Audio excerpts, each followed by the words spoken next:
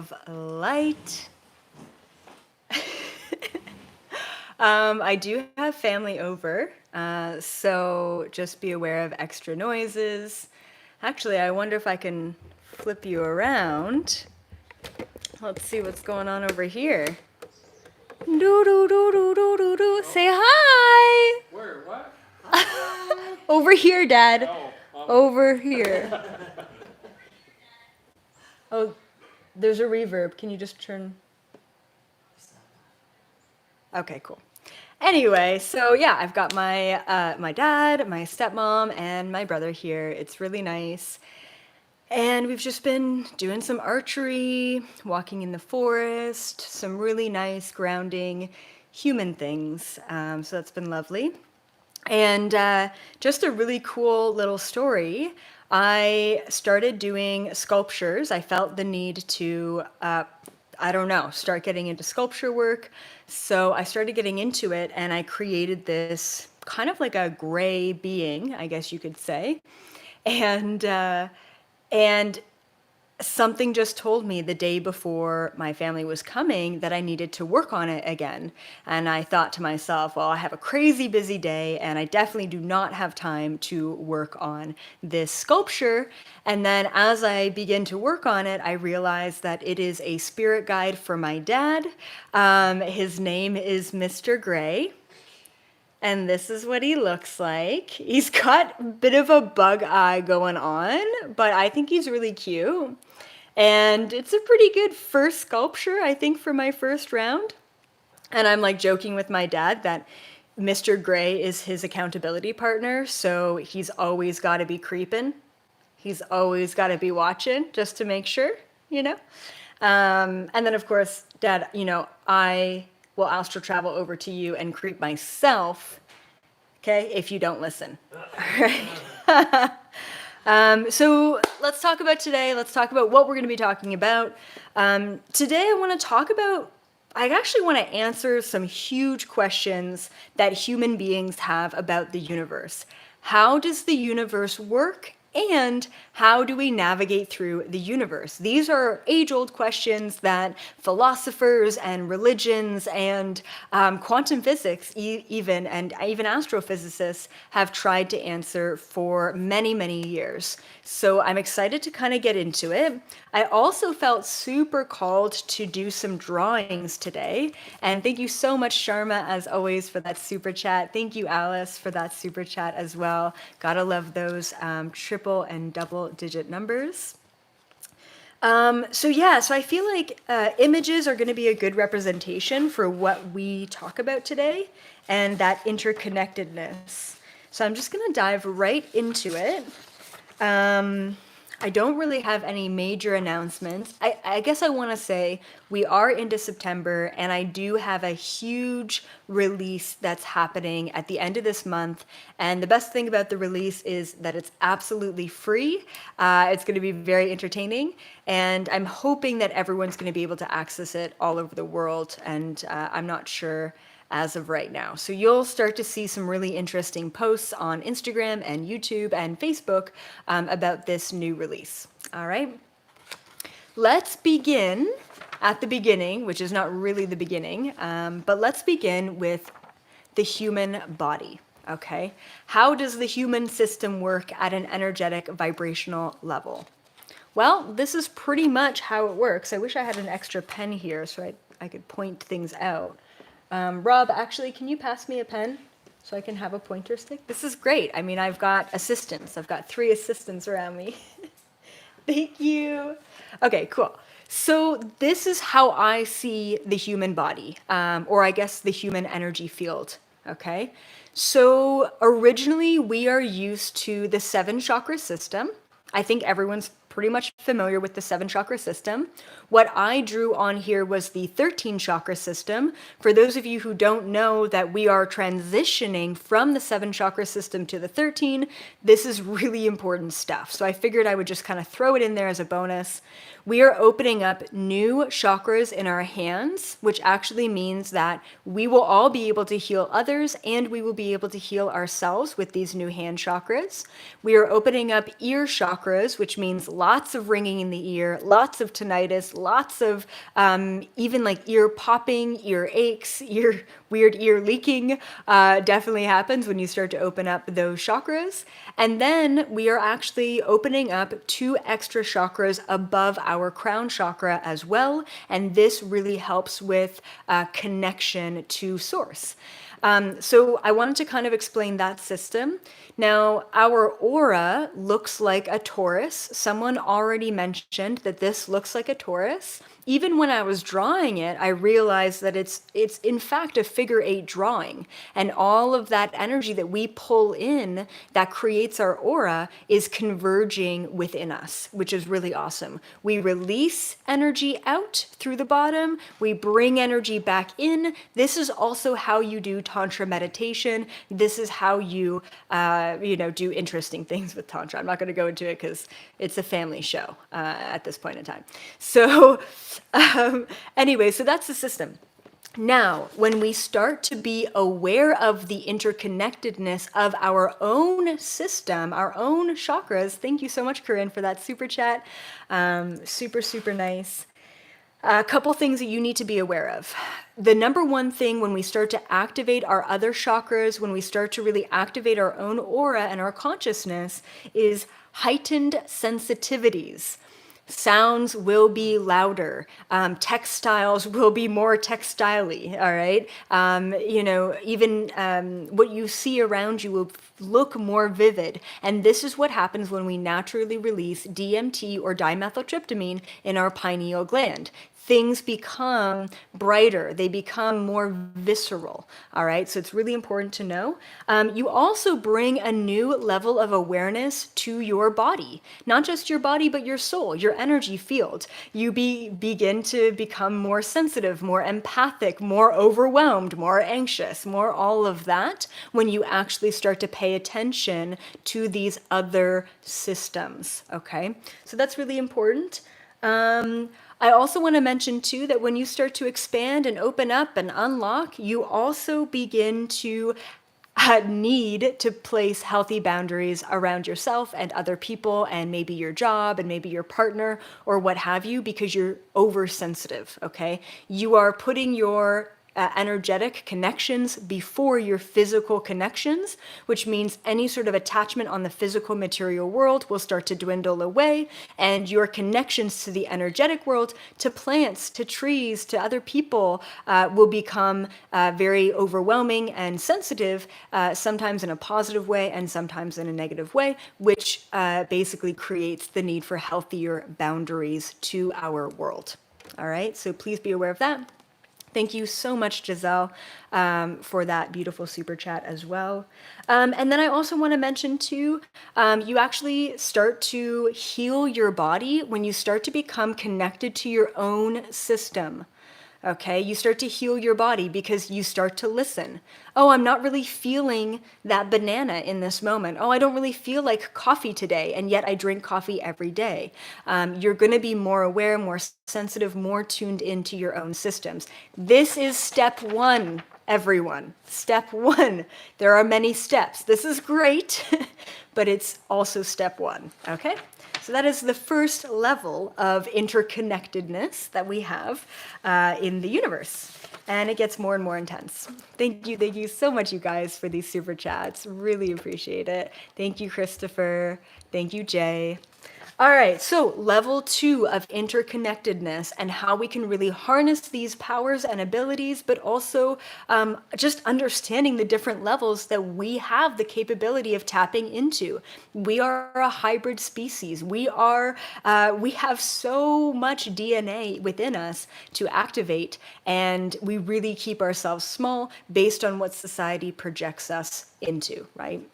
Okay, so the next level is the planetary level.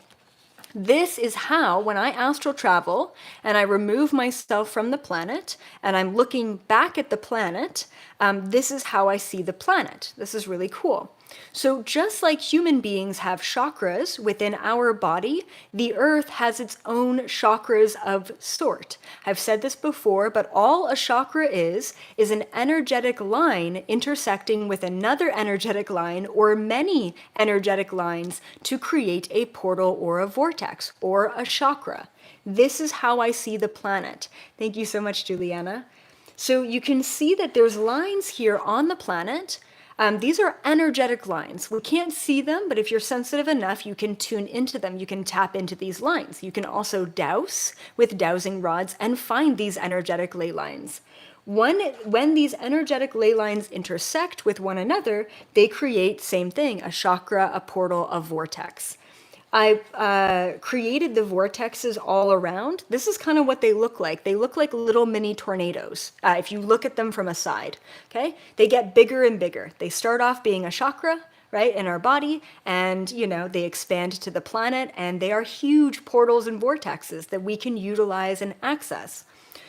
So, this is a planetary consciousness grid. I was taught about the planetary consciousness grid when I was first introduced to the Galactic Federation of Light.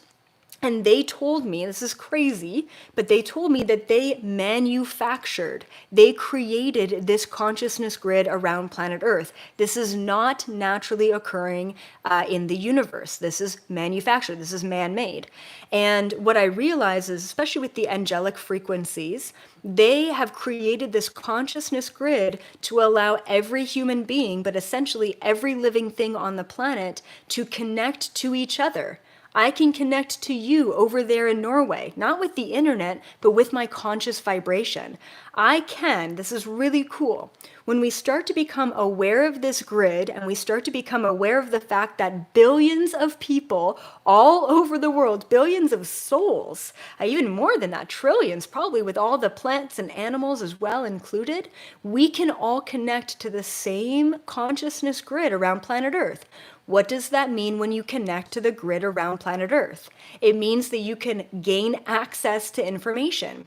Hey, you're creating an invention over there in Germany? Well, guess what? I can pick up on the invention that you're creating, and if I have the funds, I could go through with that invention, right? Likewise, I could have a great idea over here in Canada, and you can pick it up over there in Australia. Okay, this is what the consciousness grid is. There have been many different tests and studies that have proven that we are connected far beyond the capacity to connect through things like the internet. All right, it's been proven that this exists, but maybe they don't know to what capacity. Now, I want to mention that the book that I'm in the middle of writing right now, it basically goes into how to clear your karma, all of your karma, but also how to utilize this grid, this consciousness grid, to upload and to download information. So say, for example, if I'm going through a really rough time financially and I'm like, wow, like I just can't break through this financial lesson. I'm always suffering financially. I believe that with the right sort of attention, intention, and practice, we can upload our greatest challenges to this consciousness grid so that you over there in Finland, who has dealt with the suffering of finances, you can actually teach me what I need to learn. You can help me learn in a quantum way. This is what I believe this technology is good for. And that's what it is. It's technology. Now, I want to mention something else about the ley lines and the vortexes around planet Earth. Typically, throughout ancient history, we built as a civilization, but also with the help of interdimensionals, we built giant structures honoring that vortex or honoring that portal. So the pyramids, Machu Picchu, right? These are all built on ley lines intersecting. This is proven by science. These are built on portal entry points, which is quite incredible. We can go there to these portals, to these intersections to be healed. We can gain access to information. We can unlock our DNA. Now, what I believe is you can be anywhere in the entire world and gain access to a portal anywhere in the entire world. I no longer believe that we need to physically transport ourselves somewhere in the planet in order to gain access to what that spot has to offer us. Here's the problem, starseeds, okay? We are all expanding, we are all unlocking, and we are all connecting to these higher frequencies. The problem with that is that we become very sensitive. You're now tuning in to the entire planet's frequency. Right now, this is not a great time to tune into the planet's frequency because the planet's frequency isn't the best. So what is that going to create? It's going to create anxiety. It's going to create depression. It's going to create this roller coaster ride of emotions that you don't know where it's coming from. So what do we need when we expand our interconnections? We need healthy boundaries. We need the ability to connect to what we want to connect with and subsequently disconnect to what we no longer serves us, okay, what we don't want in our lives. That is so important. In order to hone into your own power, access your own psychic abilities, you need to be able, like a light switch, to turn it on and turn it off, okay? That is so important. If you can't do that, unfortunately, you won't be able to integrate your new frequencies into the densities of this reality, which means if you wake up too suddenly or without the control of opening and closing, connecting and disconnecting, you will lose touch with reality. You will lose touch with taking a shower every day. You will lose touch with going to work and making money or supporting your family. I've seen it many, many times. That's okay, because a lot of the times it's a part of our journey, but it's always important to come back to a state of equilibrium. Feet on the ground, frequency connected to infinity. All right? Okay. So the third level of interconnection and what that kind of equates to and what implications that has. This is like a weird photo, but it's whatever. This is supposed to be the universe, and these are supposed to be stars, okay? Imagine the Milky Way. And crazy enough, I was talking to a physicist at, I think, one of the very last conferences I spoke at, which must have been in 2019. And we had this great discussion, and he said that he was in the middle of writing this book, and he said that he was having a tough time understanding the concept of flux lines. And I said, what is a flux line? And basically, that's just the oven. And basically, a flux line is the exact same thing as an energetic ley line or a meridian in the body, but for the universe. So I said to him, after he explained what a flux line was really just an energetic ley line of the universe, I said, don't you think that flux lines in the universe are similar to ley lines on planet Earth? He's like, oh, never thought about it like that. I said, well, don't you think that the ley lines on planet Earth are very similar to the meridian lines in the body, which create chakras? He wasn't into chakras. Oh, I never thought about that. And I said to him, I said, what I noticed in science is that when we study the smallest atomic molecules of this universe, it really lends hand to the bigger picture of what's really going on out there. And I said, maybe if you take a second to study the smaller flux lines, which is the ley lines and the meridian lines, then maybe that will lend credence to what's going on out there in the universe. I think I kind of blew his mind, but hey, it's something to think about. I'm glad that he told me about the flux lines, because now I realize that the patterns in our body, the energetic patterns in our body, are similar to the energetic patterns on the planet, which are similar to the energetic patterns out there in the universe. So basically, this is a representation of a flux line. And when these flux lines of the universe intersect, what do they create? Portals, vortexes, but another word for it is stargates. When I started to astro travel the universe, I started to see these UFOs, these spaceships, popping in and out of existence. And when I tuned into it and I asked the question, why do I just see them popping out and reappearing, like disappearing and reappearing? I said, can they just disappear like that? Like, what's going on? And what I learned was they were basically, moving themselves at the speed of light into one of these stargates, into one of these portals, and they are able to I guess, quantum leap throughout the universe. I don't really know how it works, but they're able to run their spaceships into these portals. They're strong enough, they're big enough, pop out of one timeline, I guess, or one space realm and pop into another place in the universe. That's how a lot of space-time travel is created, is done. They bend space and time rather than move through it, if that makes sense. And they do that through the flux lines and through the portals. So what does it mean when we start to tune in to the energetic interworkings and the grid system and the interconnectedness of the universe? It means that we get connected to all that is. We get connected to source. We start having these huge aha moments. We start having our biggest questions answered. Who are human beings? Why are we here at this time? What is the point of all of this? And I have some of those answers for you today. And I want to say as well, when you get almost too connected to the energetic grid of the universe, you can feel quite ungrounded within that because you're usually not in your body. You're usually very, very far away from your body.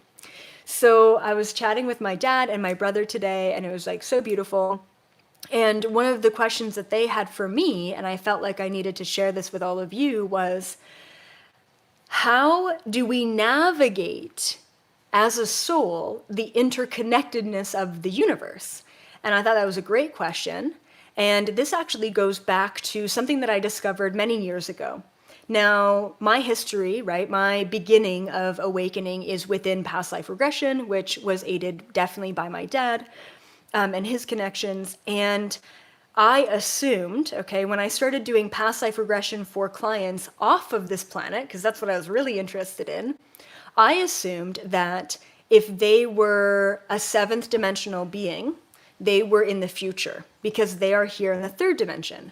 I assumed, okay, leave it up to the good old linear human thinking, that when you move through the dimensions, and I believe that there's 12 dimensions in this universe, when you move through the dimensions, you move through them and you incarnate through them linearly, okay? So you learn all of the lessons that you need to learn, you do all of the incarnations that you need to have in the first dimension. Once you learn all of those lessons, you've had all those incarnations, you've learned everything that you could learn from that dimension, what do? You move on to the second dimension, and the third, and the fourth, and so on and so forth. So I figured, hey, I'm graduating the third dimension, so I get to go to the fourth dimension next lifetime.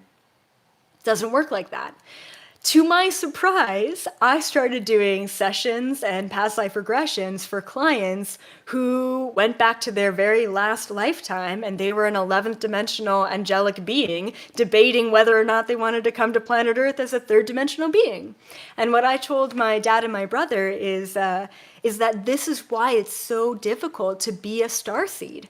Because we are all coming from extremely highly spiritual, highly intelligent, highly technologically advanced, high vibrational, interconnected beings to this, to being a human being who has lost all semblance of everything that we've ever known, all memory that we've ever had, and we're stuck here. So welcome. This is why it's so difficult. So I actually drew a picture. It doesn't work in a linear fashion, and to move even further into this understanding of how our souls work, it would not be possible for all of our soul capacity to be contained within one body. As a matter of fact, if you had every watt, okay, of your soul in one body, in one vessel, especially a human vessel, you would literally implode. Like you would die on the spot. Your human body cannot handle the amount of frequency that we are as a full soul. And of course, it wouldn't be efficient or effective to just be one thing at a time. So in the beautiful, blissful quantum universe, it doesn't work like that. It works like this. It works in a simultaneous fashion. This is you, Right here, you're a human on planet Earth. This is your Sirian lifetime. This is your Lyran lifetime. This is your etheric lifetime. This is your Galactic Federation lifetime. And guess what? You are experiencing all of those lifetimes simultaneously. It is not one or the other. It's just, it doesn't work that way. And I think that we all assume that it is one or the other, or one and then the next. When you start tapping into those etheric lines and that pure source interconnectedness of the universe, you start to tap into these parallel selves. You start to tap into these other aspects. What I'm noticing these days is we are getting away from chakras altogether. Why would we need a system that filters pure source frequency when we are upgrading our systems to be able to handle pure source frequency simultaneously? Okay, there's no more processing that needs to happen. But same thing, no longer am I being drawn to tuning in to your spirit guide who's actually your grandfather, in this lifetime. The only guides that I'm really tuning into these days are just parallel selves of me, because they have everything that I don't, and that's where I can gain access to the information. So what's happening, okay, is that we as starseeds, we're raising our frequency, we're opening up new chakras, we are becoming extra sensitive to everything, and we begin to tune into the frequencies of the planet. When we do that, we lose ourselves, and we begin to think that our anxiety, sadness, depression, and emotional instability is on us, is that it's our fault. And it's not. You're tuning into the frequencies of the world.